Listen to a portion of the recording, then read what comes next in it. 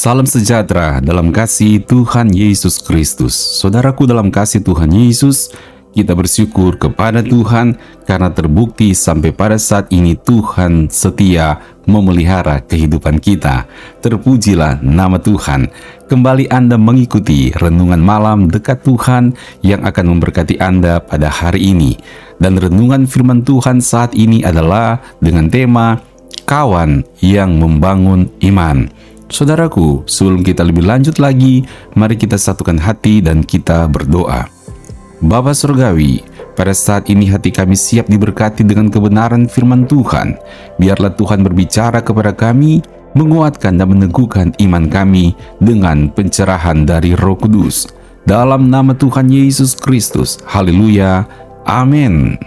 Saudaraku, kita akan merenungkan firman Tuhan dari Kisah Para Rasul, pasal 13 ayatnya yang ke-7. Ia adalah kawan gubernur pulau itu, Sergius Paulus, yang adalah orang cerdas. Gubernur itu memanggil Barnabas dan Saulus karena ia ingin mendengar firman Allah. Tetapi Elimas, demikianlah namanya dalam bahasa Yunani, tukang sihir itu, menghalang-halangi mereka dan berusaha membelokkan gubernur itu dari imannya. Saudaraku dalam kasih Tuhan Yesus, paling tidak ada dua jenis teman, dua jenis kawan. Yang pertama adalah kawan yang membangun iman Anda, sehingga sangat senang ketika Anda bisa punya kesempatan mendengarkan firman Tuhan, ketika kerohanian Anda makin hari makin bersemangat, makin hari imanmu makin bercahaya, makin bertumbuh, makin kuat.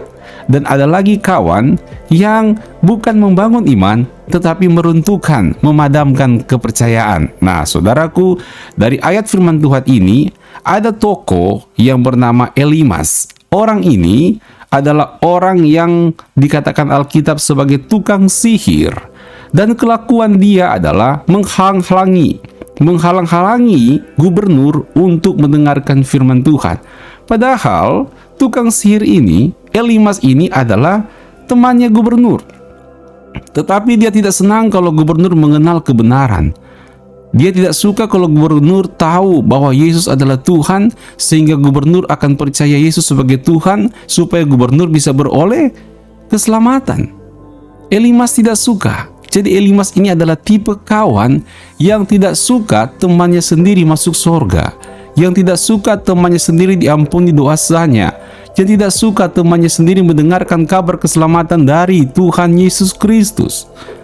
Ketidaksukaan dari Elimas ditunjukkan dengan usaha dia yang begitu rupa untuk menghalang-halangi Saulus dan Barnabas untuk menjelaskan tentang iman Kristen. Jadi firman Allah berkata, Elimas menghalang-halangi Barnabas dan Saulus dan berusaha membelokkan gubernur itu dari imannya.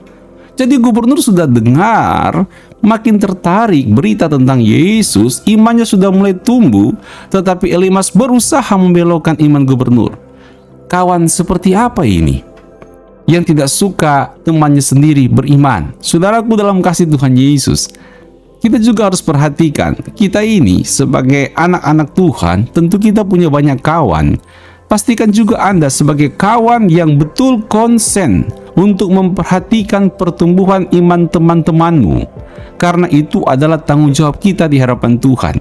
Jangan sebaliknya, kehadiran kita bukannya membuat orang menemukan jalan Tuhan, tetapi justru jalan Tuhan dibelokkan karena kehadiran kita. Tentu tidak demikian, bukan? Karena itu bukanlah model ciri khas dari seorang anak Tuhan. Elimas, orang yang senang membelokkan iman seseorang. Orang-orang yang suka menjadi batu sandungan, suka membuat orang bisa nyangkut, tidak terus untuk setia kepada Tuhan. Orang-orang seperti ini adalah mereka yang punya spirit Elimas, punya semangat Elimas. Lalu apa yang dilakukan oleh Petrus dalam ayat yang ke-9? Tetapi Saulus juga disebut Paulus yang penuh dengan Roh Kudus menatap dia dan berkata, "Hai anak iblis, engkau penuh dengan rupa-rupa tipu muslihat dan kejahatan." Wah, ini Paulus nggak bisa tinggal diam. Paulus gerah juga, orang mau selamat kok, mau dengar firman kenapa dihalang-halangi? Kita nggak paksa-paksain supaya gubernur percaya Yesus. Tapi gubernur sendiri kepengen tahu siapa Yesus dan mulai percaya kepada Yesus. Jangan dihalangi dong. Tidak ada paksa-paksa di sini. Orangnya sendiri yang kepengen dengar firman Tuhan. Jangan dihalangi dong. Mereka yang suka-suka menghalangi itu namanya punya semangat Elimas. Itu tukang sihir, kata Paulus, yang berusaha untuk menghalang-halangi. Dan Paulus berkata, "Hai anak iblis, engkau penuh dengan rupa-rupa tipu muslihat dan kejahatan. Engkau musuh segala kebenaran.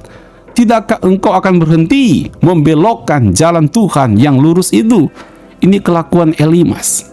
Sengaja untuk membelokkan jalan Tuhan. Dengan berbagai upaya, dengan berbagai cara, dengan berbagai rupa-rupa tipu muslihat. Dia berusaha untuk membelokkan jalan Tuhan. Rupanya ini masuk golongan orang yang dikatakan anak iblis. Elimas ini anak iblis. Artinya dikendalikan oleh iblis, sifatnya seperti iblis. Menghalang-halangi orang untuk mendapatkan jalan Tuhan yang lurus itu. Saudaraku dalam kasih Tuhan Yesus Kristus, kita harus menghindari dari semangat-semangat Elimas yang salah ini. Dan Paulus berbicara tegas, berbicara keras untuk orang-orang seperti ini. Kita juga harus mendoakan jika ada kawan atau rekan yang sengaja ingin membelokkan jalan Tuhan yang lurus itu, agar mereka bertobat.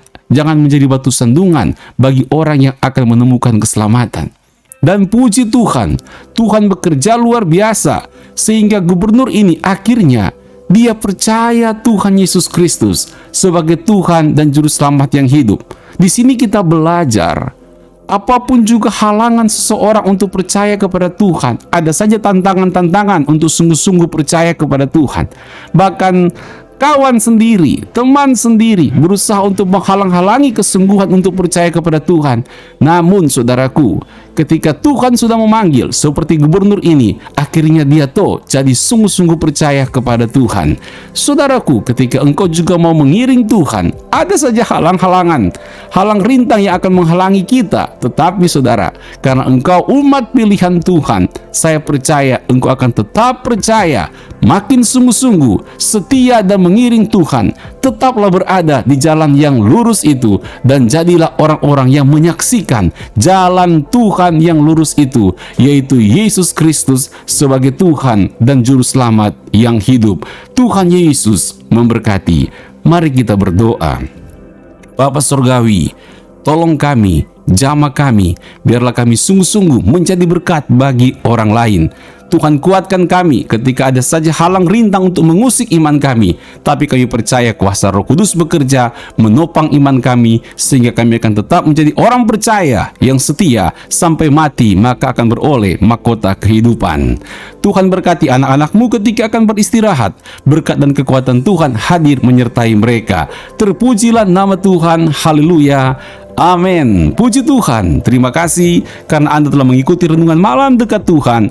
Tuhan Yesus memberkati. Sampai bertemu kembali besok malam. Shalom.